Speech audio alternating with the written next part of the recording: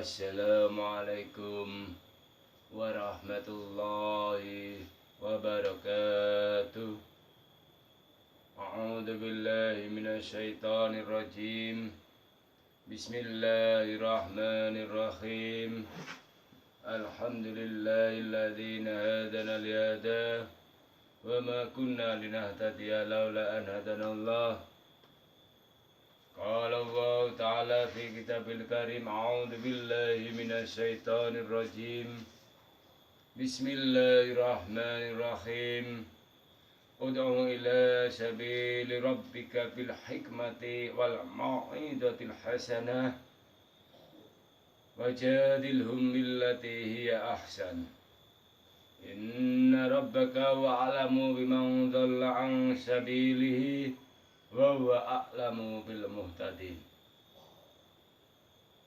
Subhanallah walhamdulillah wa la ilaha illallah wallahu akbar. La hawla wa la quwata illa billahil aliyil azim. Subhanallah alhamdulillah.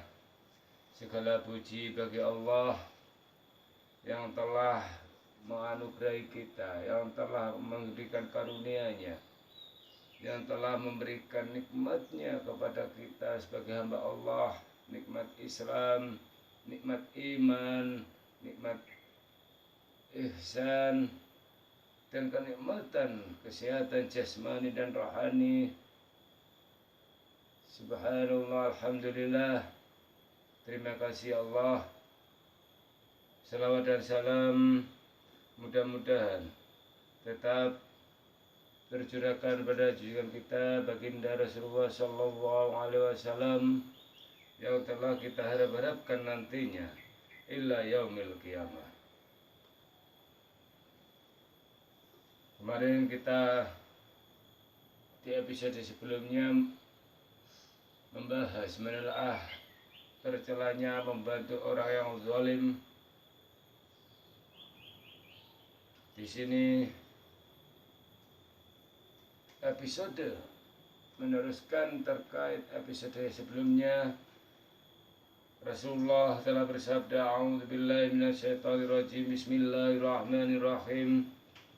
Man da'a lidzalimin bil baqa'i faqad ahabba ayuksallahu fil ardi, yang artinya barang siapa berdoa untuk orang yang zalim agar ia hidup kekal, maka berarti ia menginginkan bumi Allah untuk dibuat maksiat. Di dalam kitab Durratun Nasihin, Sufyan al-Asyuri ditanya mengenai orang zalim yang hampir mati di tengah hutan belantara. Bolehkah ia diberi minum barang seteguk air? Jawab beliau, tidak. Ditanya lagi, kalau dibiarkan nanti mati, tinggalkan dia biar mati. Jawabnya, kata Maimun bin Mohran bahwa ada dua bahaya dalam menggauli penguasa. Jika engkau menaatinya, maka hal ini akan membahayakan agamamu. Jika engkau melanggar perintahnya, maka hal ini akan membahayakan jiwamu. Karena itu, yang selamat adalah engkau tidak mengenalnya dan dia tidak mengenalmu. Tambi'ul khafilin. Dikisahkan bahwa ada seorang yang sudah bertahun-tahun menganiaya, zalim kepada orang yang lemah. Pada suatu hari, si lemah tersebut berkata kepada si zalim, sesungguhnya aku terhibur dari kezalimanmu dan dalam 4 perkara. 1. Maut mengintai kita berdua. 2. Kubur akan mengumpulkan kita berdua. 3. Kiamat menghimpun kita berdua. Dan Allah SWT akan menghukum kita berdua. Bersabda Nabi sallallahu alaihi wasallam, Bismillahirrahmanirrahim. Man sanna sunnata hasanata falahu ajruha wa ajru man amila biha wa man sanna sunnata sayi'atan fa'alaihi wisruha wa wisru man amila biha. Yang artinya, Barang siapa membuat suatu percontohan sunnah di dalam agama Islam yang baik, maka ia akan memperoleh pahala. Dan pahala orang yang mengerjakan setelah orang itu. Dan barang siapa membuat orang suatu ajaran buruk, maka ia akan mendapatkan dosa yang mengerjakan aturan itu. Artinya, barang siapa membuat seorang percontohan sunnah di agama Islam yang baik, barang siapa hamba Allah memberikan contoh, memberikan perilaku, memberikan nasihat, memberikan wejangan yang baik kepada orang manusia lainnya, maka orang itu akan mendapatkan pahala apa yang dilakukan oleh orang yang diberi contoh baik, orang yang diwejangi, orang yang diberi nasihat dan sebagainya. Tapi sebaliknya, apabila orang itu memberikan suatu hal yang percontohan, wejangan, hal yang untuk keburukan, dan itu dikerjakan oleh orang yang diberi contoh, maka orang itu akan juga mendapatkan dosa sama halnya orang yang mengerjakan yang orang mengerjakannya. Artinya apa? Di sini kita bersama-sama, monggo kita sebagai umatnya Kanjeng Nabi Muhammad, sebagai hamba Allah, sebagai putunya Nabi Adam, alangkah baiknya kita memberi contoh, alangkah kita baiknya memberi suatu contoh perilaku yang baik, memberi wejangan yang baik, memberi hal sesuatu yang bisa ditiru kepada orang lain, suatu hal yang kebaikan.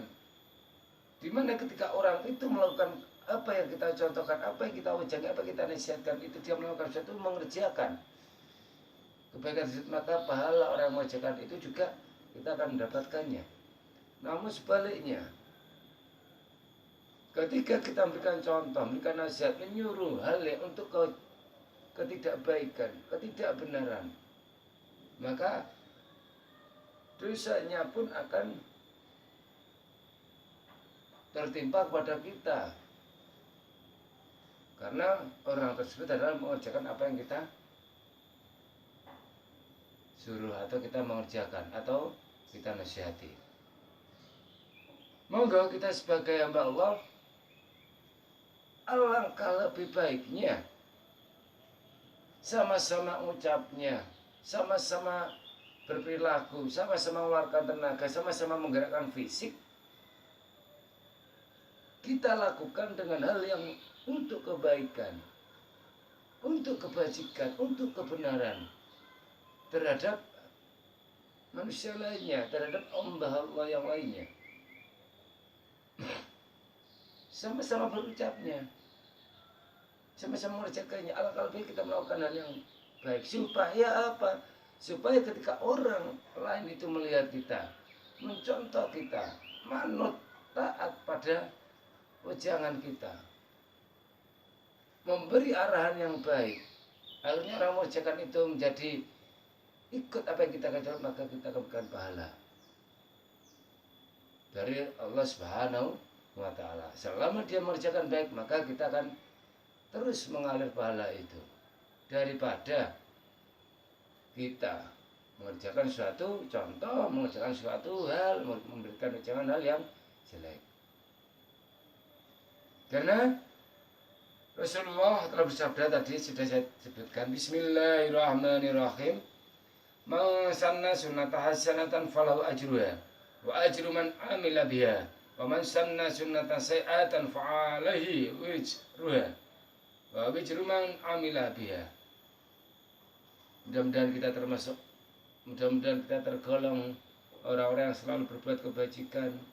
Mudah-mudahan kita tergolong hamba Allah yang mengarahkan, memejangi, menasihati ke arah kebaikan, sehingga manusia lainnya juga mengikuti kebaikan-kebaikan tersebut. Akhirnya yang terjadi di sekitar kita, desa kita, bahkan negara kita menjadi negara baldatun thayyibatun wa rabbul ghafur. Wala alam bisawab, ihdinas siratal mustaqim. Wassalamualaikum warahmatullahi wabarakatuh.